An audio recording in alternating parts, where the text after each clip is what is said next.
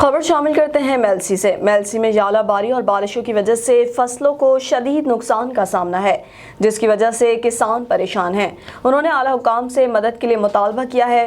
मज़ीद तफसीलात जानते हैं अपने नुमाइंदे मुदस्सिर हुसैन से। जी बिल्कुल, मुल्क के दूसरे शहरों की तरह मेलसी में भी हालिया बारिशों से गंदम की फसल शदीद मुतासिर हुई है।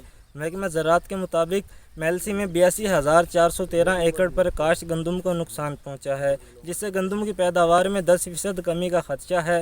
हालिया बारिशों से न सिर्फ गंदम की पैदावार मुतासिर हुई है, बल्कि काश्तकारों को भी माली नुकसान पहुंचा है। मेरे साथ काश्तकार मौजूद हैं, मज़ीद इनसे जानते हैं। हालिया दिनों में तूफ़ान आंधी बारिशें जो आई हैं ना, ये सारी गंदम गिर गई है।